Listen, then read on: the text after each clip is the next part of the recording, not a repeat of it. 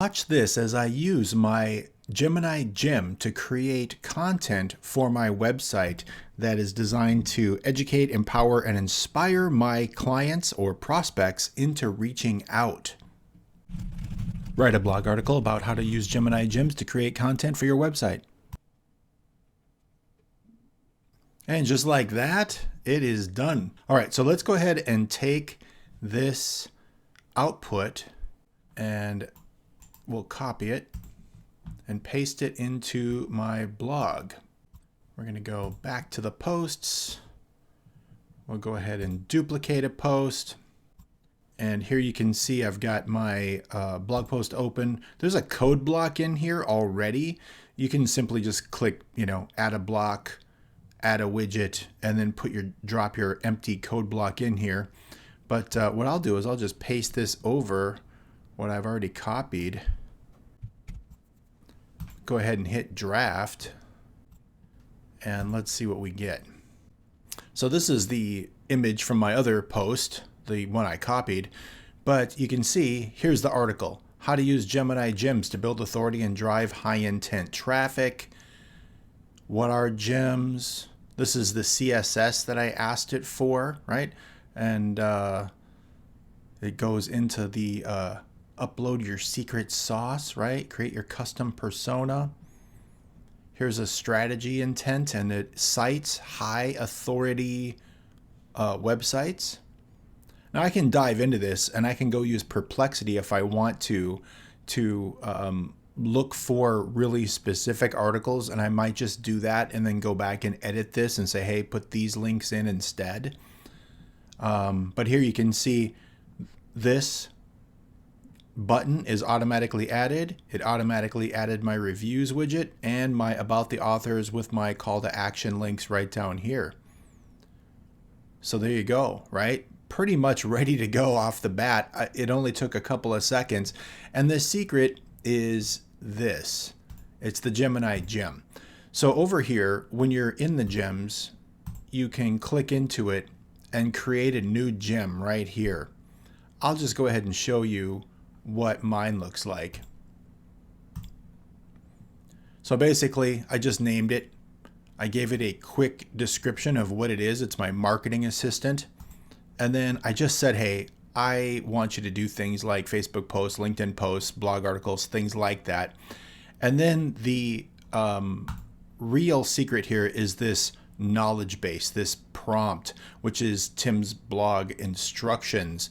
So basically what I've done is I've created this instruction set that's kind of like a style guide, right? It talks about how I want everything set up. I want my first H2 paragraph to explain the topic, who my audience is, what my tone is, what reading level I want it to write at, what sources I want it to use, to add an FAQ at the bottom.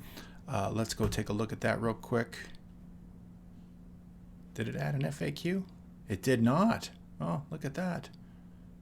Okay, no worries. All I got to do is come back here and I'll tell it to add the FAQ. But you can see I've got add the FAQ in here and then create FAQ schema for the article and not to include cite. So then I also said, add my review widget. Here's my about my author link with the links that I want to use. And then here's where I paste my CSS.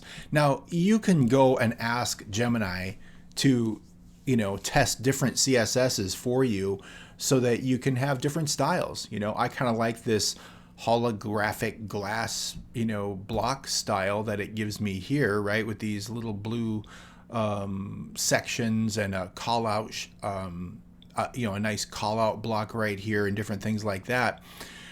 So I've asked it to do things like that for me and check it out, right? So it should be semantically structured properly, right?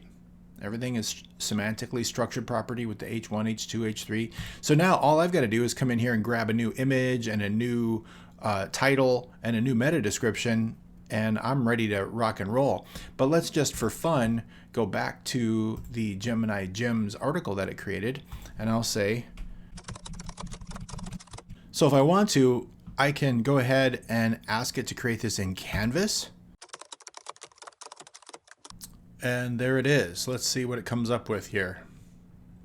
Right, there's the FAQ right there. If I wanted to, I could say, hey, make that collapsible or whatever. I've done that before too. But basically, it just added exactly what I wanted. Now let's go look at the code and see if the schema is in there. There's the FAQ section. And look at that. There's the FAQ schema in a LD JSON format. That's exactly what I'm looking for. Perfect. Let's go ahead and copy that. All right, there's my FAQ. Now, if I want to, I can just say, hey, you know what? Put a little padding between the FAQ and my reviews block widget right there. That's easy to do. And I also said, hey, make sure it's mobile optimized, responsive design. Very cool. Added some padding right there. Perfect. Let's take a preview and see. Yeah, right there. Look at that. Nice rounded.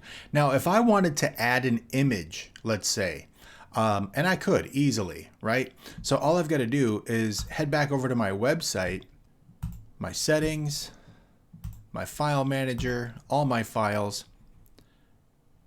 Let's say I wanted to add an image in there. Doesn't matter which one. I'll go ahead and click the link here because I'm in the file manager, so I can see this link right here. So I just copied the link.